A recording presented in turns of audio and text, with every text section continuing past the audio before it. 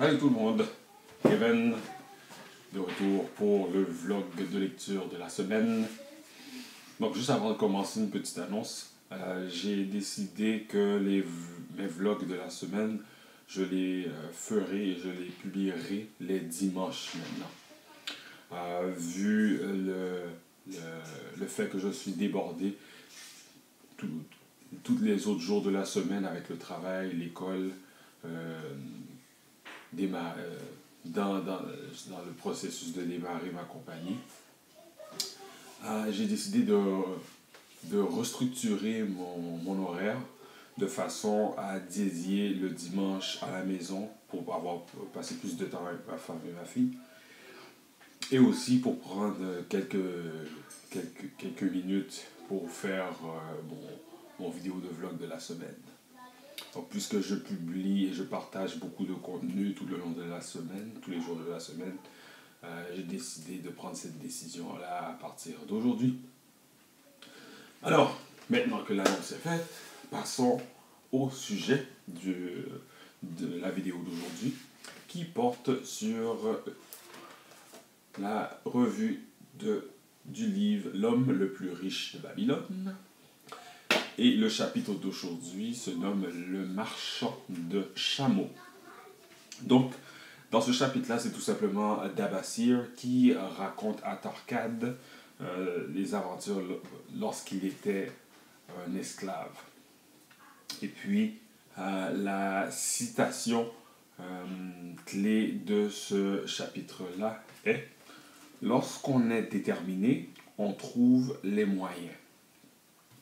Personnellement, mon expérience qui touche le sujet de ce chapitre-là, je trouve que c'est mon aspect, ma santé. Donc, il y a un petit peu plus d'un an, j'ai décidé de changer mes habitudes alimentaires, mes exercices et toutes les choses que je fais pour améliorer ma santé. Donc, un petit peu précisément le 19 mars 2017, je pesais 232,8 livres, j'avais une taille de 42,25 pouces, j'avais 28,1% de gras. Et puis, en discutant avec mon cousin, qui est docteur, nous en sommes convenus que mon objectif était de perdre 20 livres et 8% de gras en un an. Donc, ce que j'ai fait depuis cette date-là, c'est changer mes habitudes carrément alimentaires. Donc, j'ai littéralement divisé tous mes plats en deux. La moitié de mes plats étaient constitués de fruits ou de légumes, majoritairement des légumes. On peut dire qu'une bonne partie du restant de mes plats était constitué de protéines, donc de yogourt grec, de poulet, et puis aussi le restant de mes plats était des bons gras, donc des noix, de l'huile d'olive, tous ces éléments-là. Donc je devais prendre un minimum de 3 litres d'eau par jour. Je devais diminuer, sinon éliminer carrément les pains, les pâtes. Donc ce que j'ai convenu avec mon amie Stéphanie, c'est de concentrer de prendre du pain et des pâtes seulement avant et tout de suite après les entraînements.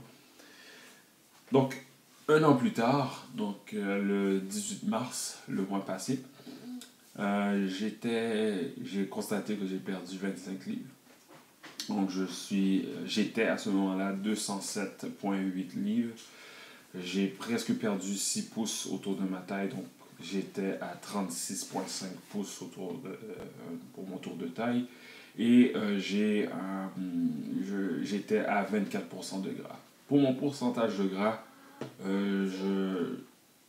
ce n'est peut-être pas l'objectif que j'avais atteint. Par contre, ma balance n'est pas précise par rapport à cet élément-là. C'est pour ça que je ne m'inquiète pas du fait que je n'ai pas exactement perdu les 8% de gras par rapport à ça. Donc, c'est tout simplement ça, c'est mon expérience personnelle. Donc, j'ai réussi à dépasser mon objectif de perdre au niveau de mon poids. Et maintenant, je vais me concentrer beaucoup plus au niveau de mon pourcentage de gras. Donc, d'ici au mois prochain, je ferai des modifications au niveau de mon entraînement et de mon alimentation de façon à travailler beaucoup plus mon pourcentage de gras.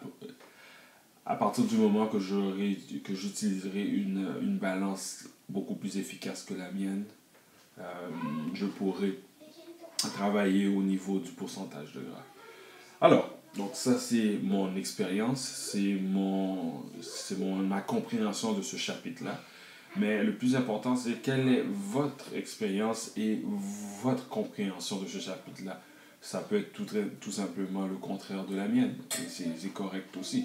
Donc, je suis ouvert à vos commentaires, à discuter et partager avec vous.